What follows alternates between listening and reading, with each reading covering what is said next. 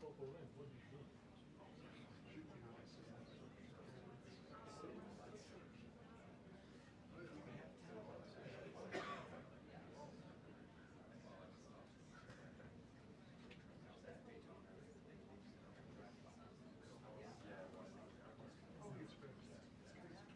that 24, 135?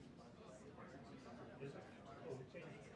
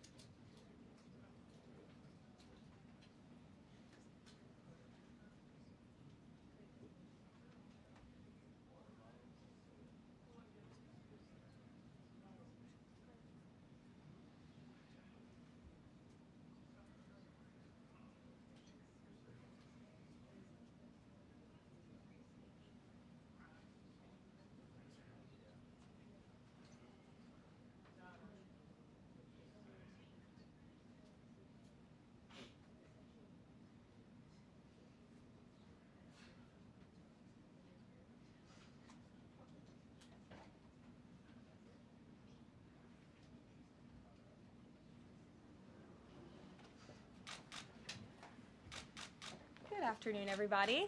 Good afternoon. Did everyone have a good weekend? Yes. Good. It's good to see you back here. We have another busy week.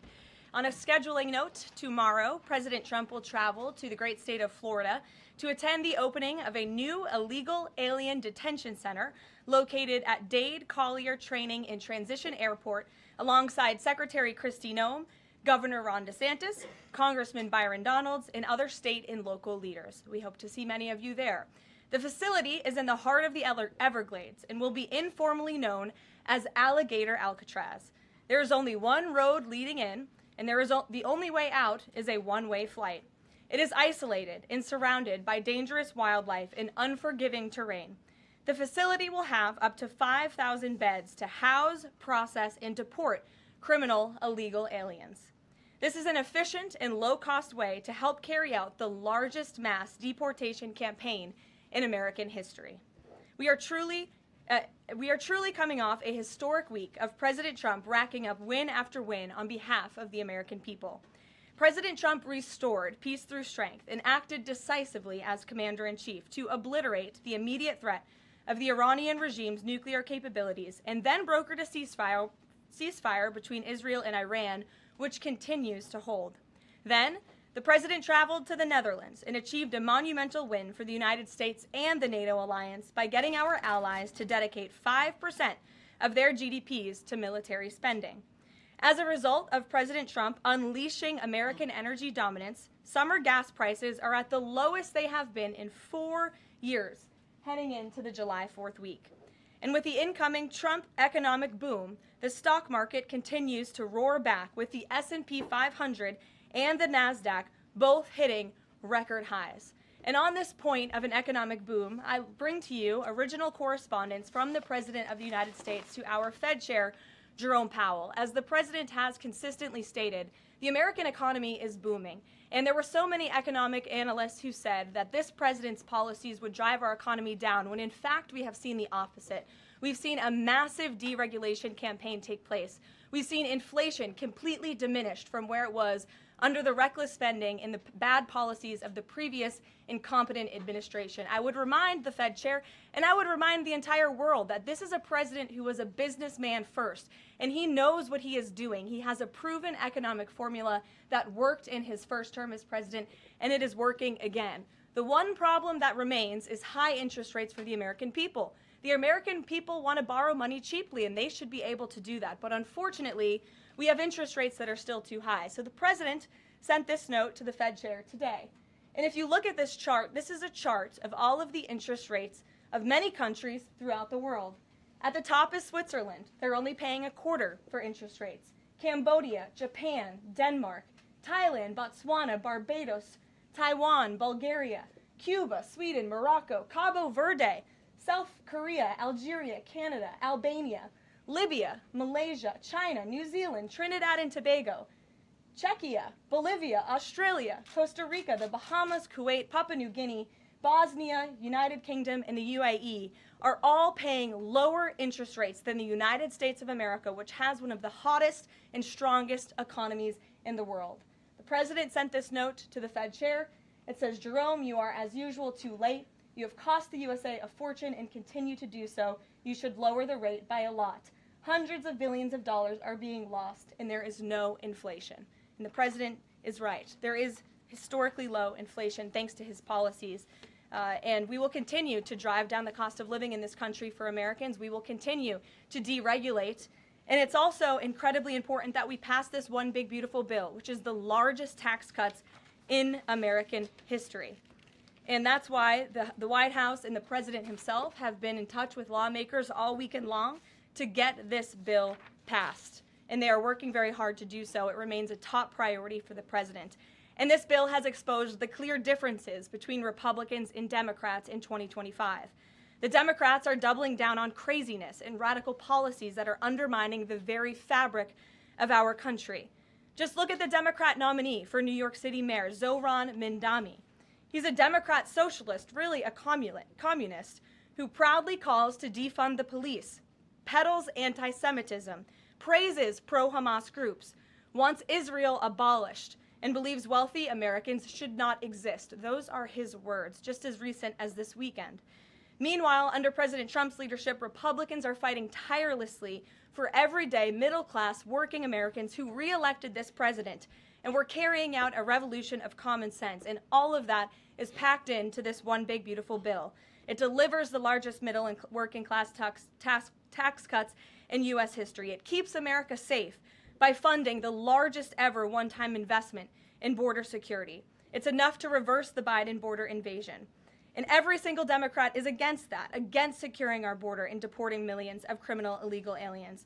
The One Big Beautiful Bill also strengthens and protects Medicaid benefits, despite what Democrats are saying, for eligible American citizens who rely on it, like pregnant women, children, seniors, and people with disabilities, by eliminating waste, fraud, and abuse that threaten to destroy this program that was intended for the most vulnerable in our society. And every single Democrat in Congress is against rooting out that waste, fraud, and abuse and blocking the 1.4 million illegal aliens who are currently improperly receiving these benefits that should be going to American tax-paying citizens.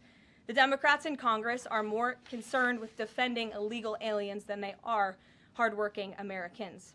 And the Big Beautiful Bill also revitalizes our military and enhances our defense capabilities, protects our country from emerging new threats by funding a cutting-edge missile defense system called the Golden Dome. And as we all know, the One Big Beautiful Bill makes the Trump tax cuts permanent. The White House and the President are adamant that this bill is passed and that this bill makes its way to his desk. Republicans need to stay tough and unified during the home stretch, and we are counting on them to get the job done. So, with that, we will take up questions. John Fredericks is in our new media seat today. John, thanks for being here. We'll kick it to you. Thank you, Karoline. Let's get to the One Big Beautiful Bill first. It appears now you're going to get at least 50 votes in the Senate. There'll be some amendments. What is the President's confidence level in getting 218 votes in the House by the end of this week in order for him to sign it on Friday? Well, look, we are very well aware, the President is very well aware, that this bill needs to not only pass out of the Senate, but it needs to go back to the House, and we need the full weight of the Republican conference to get behind this bill, and we expect them to, and we are confident that they will. The President has been working hand in hand with Senate Majority Leader Thune and also our House Republican leader, or the Speaker of the House, Mike Johnson, both of whom will be at the White House today to meet with the President yet again. I believe they were here this morning, actually. I have one follow-up. Sure. You outlined Jerome Powell and the note that the President just sent to him. There are many who believe that Powell has been politicized in a lot of different ways. The President has not been shy about acting on things that he believes in. Why not just fire Jerome Powell and put in somebody that is going to lower rates? Why wait? Well, it's a good question, and one you can ask the President, because that's a decision for him to make. But you're right to point out the politicization of the Fed, and it's very unfortunate for our country. But Jerome Powell cut rates numerous times ahead of the election when Joe Biden was in this Oval Office, but now he refuses to when the economy is in a much better place. So there really isn't a good explanation for that, and the President is rightfully calling attention to it. Thank you. Kelly. Good afternoon. On Iran, the President posted on his social that he is not even talking to them anymore. When we were at NATO, he said he expected the U.S. and Iran to have talks as early as this week, and that he might even want to see a written agreement. What is the update now if he's saying he's not even talking? So as I told you from the podium last week, I said the administration, and namely our special envoy Steve Witkoff, has been in communication both directly and indirectly with the Iranians. That communication continues. The President himself has not talked to Iran, which he pointed out in his truth statement. Peter. Thank you, Caroline. Does President Trump want Zoran Mamdani deported? I haven't heard him say that. I haven't heard him call for that. But certainly he does not want this individual to be elected. I was just speaking to him about it and his radical policies that will completely crush New York City, which is obviously a city that the President holds near and dear to his heart. There's this Congressman, Andy Ogles. He wants the Attorney General Bondi to explore denaturalization proceedings because he thinks Mamdani could have misrepresented or concealed material support for terrorism based on rap lyrics he wrote in 2017. Does President Trump think this is a worthwhile use of the Attorney General's time? Well, I'll let the President speak to that. I have not seen those claims, but surely if they are true, it's something that should be investigated. And could President Trump see himself, you said you just talked to him about this, could he see himself working with a mayor Mamdani, somebody who, on Meet the Press this weekend, was given 3 chances to condemn the phrase globalize the intifada, but he couldn't. Yeah, look, the president is always willing to work with everyone. He's working with Democrats across the country, Democrat governors, and he said he'll work with people on the far left. He works with Republicans. He works with people in the middle. He wants to do what's right for America, but surely someone who holds these values and is quite literally a communist and condemns every value that makes this country great. Common sense, law and order, low taxes, working hard, and earning your keep in this country. He's against all of that, and I think the president would find it difficult to work with someone like that. If he is elected, I'm sure you'll hear more from the president on that, but we'll have to see. Hopefully the voters of New York City choose wisely. Sure. Thanks, Caroline. The president on Friday said that he was hopeful of a Gaza deal within the next week. Can you give us an update on any progress towards that, and on any talks that the White House is having with Israel on that? Sure. Well, I know that Mr. Dermer is in Washington this week to meet with senior officials here at the White House. I also know that this administration is in constant communication with Israeli leadership, and the president himself speaks frequently, as you know, to Prime Minister Netanyahu. But this has been a priority for the president since he took office, to end this brutal war in Gaza. It is because of this president that humanitarian aid is being brought into the region. It's heartbreaking to see the images that have come out from both Israel and Gaza throughout this war, and the president wants to see it end. He wants to save lives, and however, the main priority for the president also remains to bring all of the hostages home out of Gaza. As you know, his tireless effort has brought home many of the hostages, including all of the American hostages who were held there. So he wants to see both things happen, and we're continuing to work very hard to do those things. Sure. Yeah, thanks, Caroline. What is the White House's response to Senator Tillis's criticism articulated from the Senate floor yesterday, in which he said passing the big, beautiful bill would betray President Trump's promise to protect Medicaid? Well, he is just wrong. And the president and the vast majority of Republicans who are supportive of this legislation are right. This bill protects Medicaid, as I laid out for you, for those who truly deserve this program, the needy, pregnant women, children, sick Americans who physically cannot work. And what it does is it ensures that able-bodied Americans who can work 20 hours a week are actually doing so, and that will therefore strengthen and protect those benefits for Americans who need it, as well as cutting out the waste, fraud, and abuse, as well as getting 1.4 million illegal aliens off of the program. So all of those measures are actually going to protect it for those who need it. That's the president's position, and that's what this bill does, and that's why Republicans need to vote for it and get it to the president's desk. That kind of criticism from a Republican senator, is that reason for concern for the passage of this? No, it's not. We're confident this bill is going to be back at the White House by the 4th of July. Stephen. Thank you, Caroline.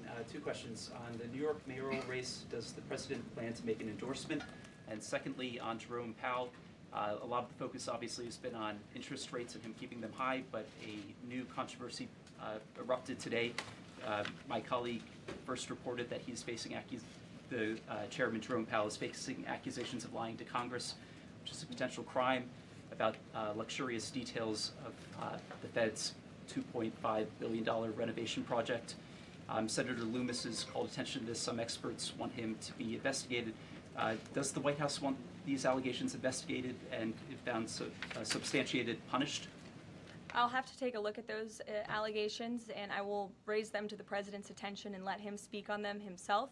To your first question regarding the mayoral race, the president was asked that yesterday by Maria Bartiromo. He refused to give an endorsement, so you won't get one from me at this podium unless he wants me to do that.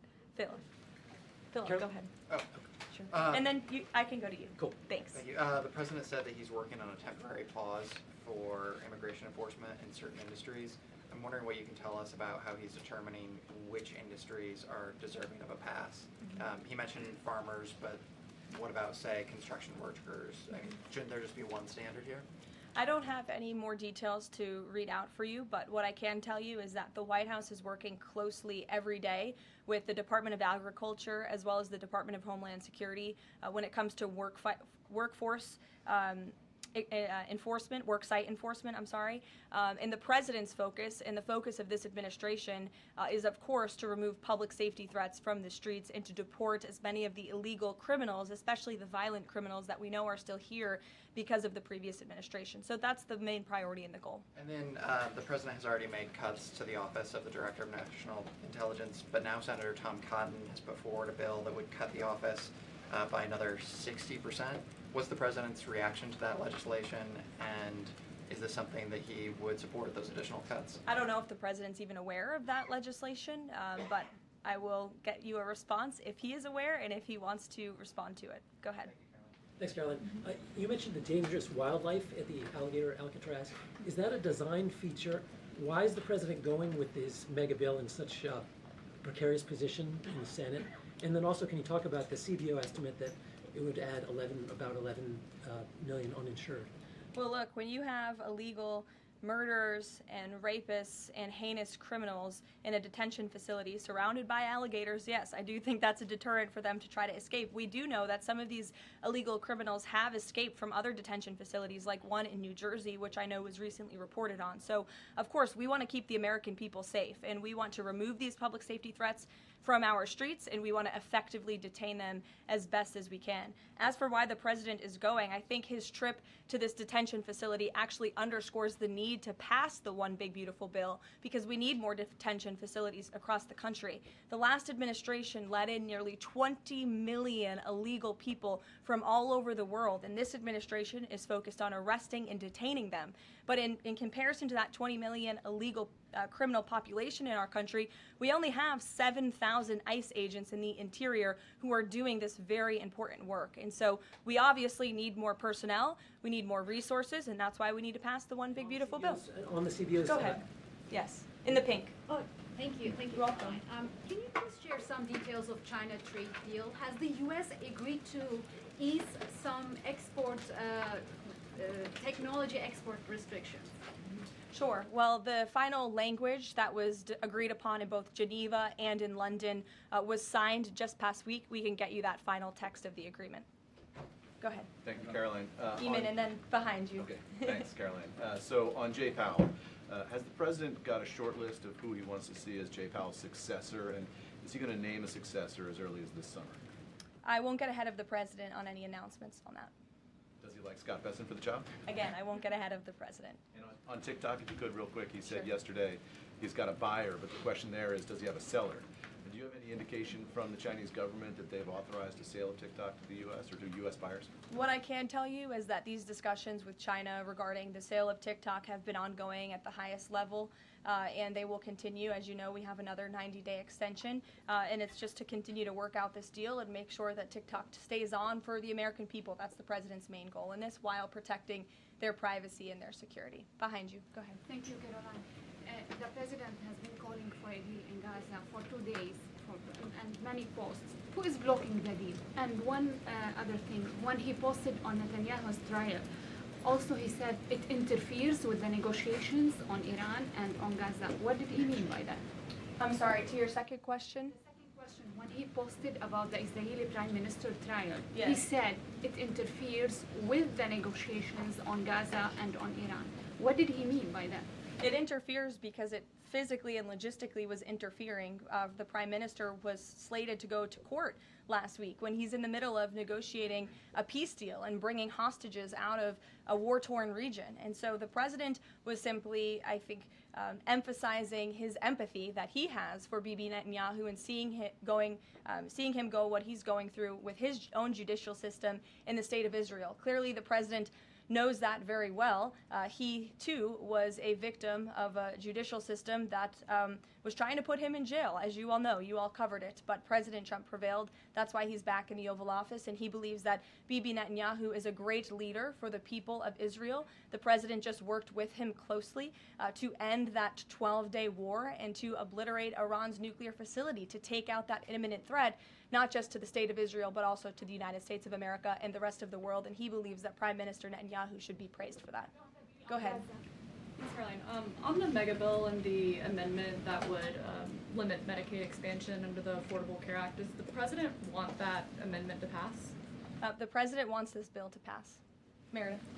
Hey, thanks, Caroline. On trade, we have this looming July 9th deadline coming up. We heard the Treasury Secretary say that he expects to wrap up these trade deals by Labor Day, but when President Trump was asked yesterday about any extensions by July 9th, he said he didn't think that would be necessary. So is the president ruling out any extensions on trade for any nations, even if they're negotiating in good faith? Well, you heard from him directly. He said he did not think that it would be necessary. He is going to set the rates for many of these countries if they don't come to the table to negotiate in good faith.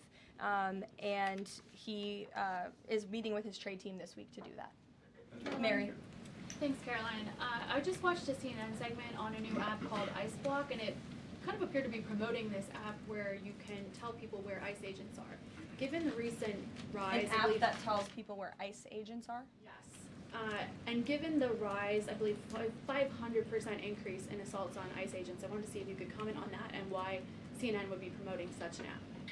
Well, it's a very good question. I'll have to go back and watch the clip myself, but surely it sounds like this would be an incitement of further violence against our ICE officers. As you know, as you stated, there's been a 500% increase in violence against ICE agents, law enforcement officers across the country who are just simply trying to do their jobs and remove public safety threats from our communities. And that's something we as Americans, including journalists at CNN who live in many of these cities where illegal aliens are hiding and were let in from the previous administration, should be very grateful for. So we haven't seen the clip. We'll take a look at it, but certainly it's unacceptable that a major network would promote such an app that is encouraging violence against law enforcement officers who are trying to keep our country safe. Caroline, Shelby.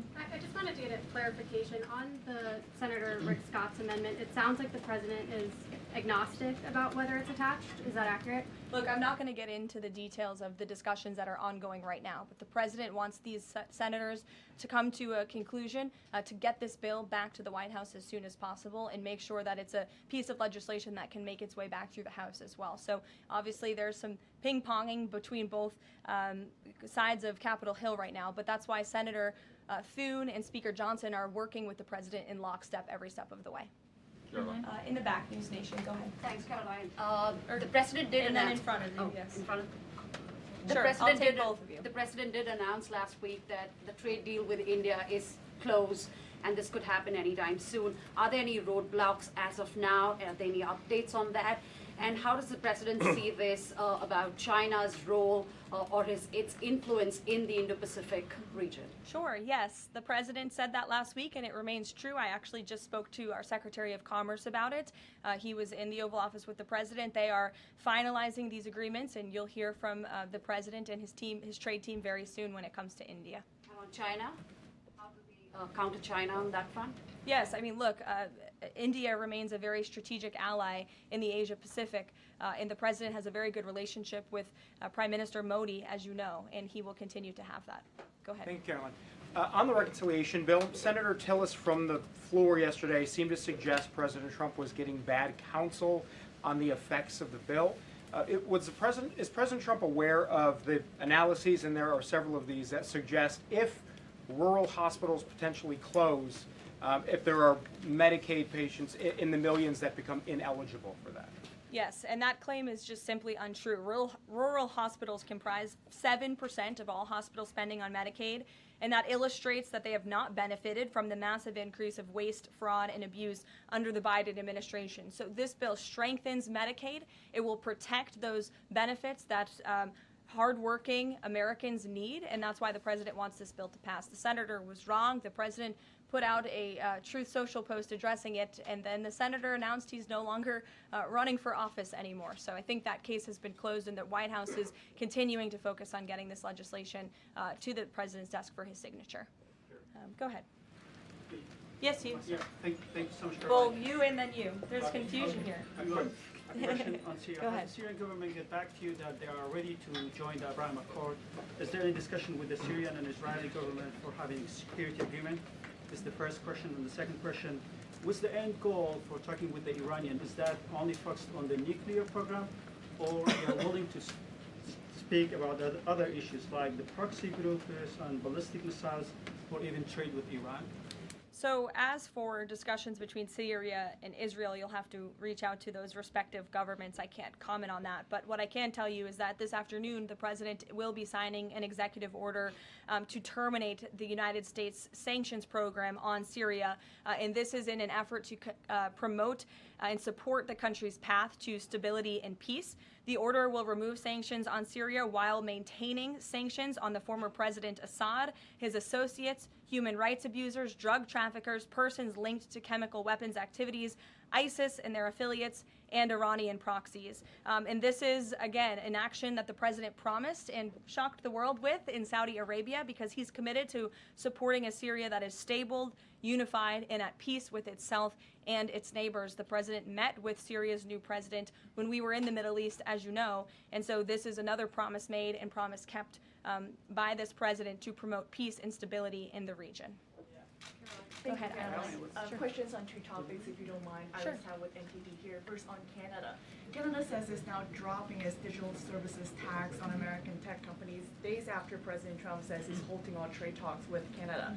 First, what's the president's reaction to this? Can you tell us more about his call with Prime Minister Carney over the weekend? How did he get Carney to drop it? And also, what's the impact on American tech companies given this latest progress, as the president says he has been fighting for American tech companies? It's very simple. Prime Minister Carney in Canada caved to President Trump in the United States of America.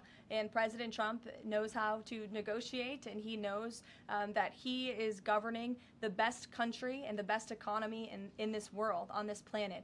And every country on the planet needs to have good trade relationships with the United States. And it was a mistake for Canada to vow to implement that tax that would have hurt our tech companies here in the United States. The president made his position quite clear to the Prime Minister, and the Prime Minister called the president last night to let the president know that he would be dropping that tax, which is a big victory for our tech companies and our American workers here at home. And on Harvard, if you don't mind, the administration today formally accused Harvard of violating civil rights laws by not doing enough to fight anti-Semitism.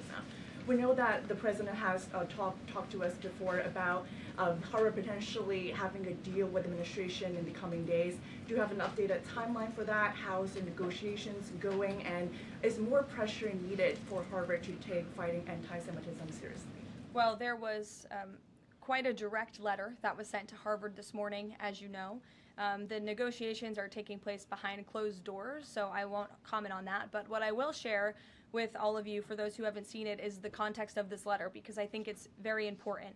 And this comes from the Department of Health and Human Services, which concluded after a thorough investigation that Harvard University is in a violent violation of Title VI of the Civil Rights Act, which prohibits discrimination on the basis of race, color, and national origin. And if you read some of the content of the investigation and what they found, the majority of Jewish students reportedly experienced negative bias or discrimination on their campus, while a quarter of Jewish students at Harvard felt physically unsafe. Jewish and Israeli students were assaulted and spit on. They hid their kippahs for fear of being harassed and concealed their Jewish identity from classmates for fear of ostracization. Images were widely circulated amongst the Harvard community that trafficked in obvious anti-Semitic tropes, including one that showed a $sign inside of a Star of David, and the campus was vandalized with anti-Semitic stickers, including one that showed the Israeli flag with a swastika. The Harvard campus was racked by demonstrations, as you all know, violent protests that violated the university's rules of conduct. The demonstrations called for genocide and murder, denied Jewish and Israeli students access to campus spaces. These are all facts that Harvard cannot dispute, and that's why the administration has found them in violation of Title VI and has threatened to withhold their federal funding, because if you break federal law, you should not be receiving federal tax dollars. And so I rest my case on Harvard. Andrea. Yeah, so President Macron of France earlier today said that tariffs levied by powerful countries are often a form of blackmail, and criticized the sort of process that's underway. Didn't mention the United States specifically, but said that these tariffs are really hurting developing countries. So there's this big UN conference going on. What do you say to that? What is the president, was he aware of that comment, and did he have any response? I think the president and the White House would certainly reject that characterization by Prime Minister Macron. Tariffs are an effective use of presidential power to bring back the middle class, to bring back our manufacturing industry, which was the backbone of our American economy and has been hollowed out by globalist politicians who have caved to foreign countries instead of doing what's right for American workers. That's why the president is effectively utilizing his authority to wage tariffs and to utilize tariffs, and continues to be in discussions and negotiations on trade to do what's right for America. And Europe and the rest of the world might not be used to that, but President Trump is back in town, and he's going to do what's right for our people and our country. Can I just follow up on Netanyahu? So there's a report in Israeli media that the Prime Minister will actually be here, that Netanyahu will be here today meeting with the President. Can you confirm that? I don't believe Prime Minister Netanyahu is here today. I think you guys would know about that by now. Unless there's something going on I don't know about, but I don't believe he is. I do know he has expressed interest in coming to Washington and meeting with the president, and we are working on a date for that. I do not believe it is today, but that would be fun. You never know in this White House, let's be honest. Go ahead. Thanks, Karoline. Does the president support this new measure in the big, beautiful bill that would impose steep new taxes on new wind and solar projects?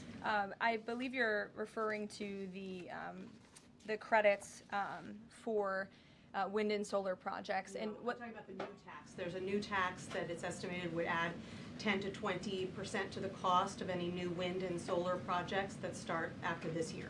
Again, I don't want to comment on the specifics of provisions, but I'm sure the president will speak on that directly. Again, this is an ongoing process. The president continues to be very much engaged with the leadership in both the Senate and the House to get this bill back to his desk. Did the president ask for that provision? Because the National Building Trades Union is saying that it's the equivalent of terminating more than 1,000 Keystone XL pipeline projects. Is that something that would concern him? Well, the president spoke on this yesterday in his interview, and he said he understands that legislators want to protect jobs in their communities and in their districts. And so he understands why some of them are against this provision, but he also understands why people want the provision. So again, this is an ongoing deliberation and discussion, and the president is engaged in this very much. Go ahead. Thanks, Caroline. We've been hearing from White House officials for weeks that you're close on trade deals with a number of countries. Can we get any update on which countries will have deals by the 9th and when there may be any announcements? I'll let the president and the trade team speak on it. Can you respond to the CBO estimate that the Senate bill would increase the deficit by nearly $3.3 trillion? This is one of the most fiscally conservative pieces of legislation that has ever made its way through Capitol Hill. There's $2 trillion in mandatory savings in this bill, and not only that, the projected growth that this bill will bring to our economy. It will be an economic boom. The Council of Economic Advisors has an analysis that shows that the bill will generate $4.1 trillion in economic growth, and it will cut taxes, putting more money back into the American people's pockets. That's why this president wants this bill to pass, and I know he's busy working the phones and doing what he needs to do today to make it happen. So we'll see you all later. Thank you. We'll see you in Florida tomorrow. Thank you.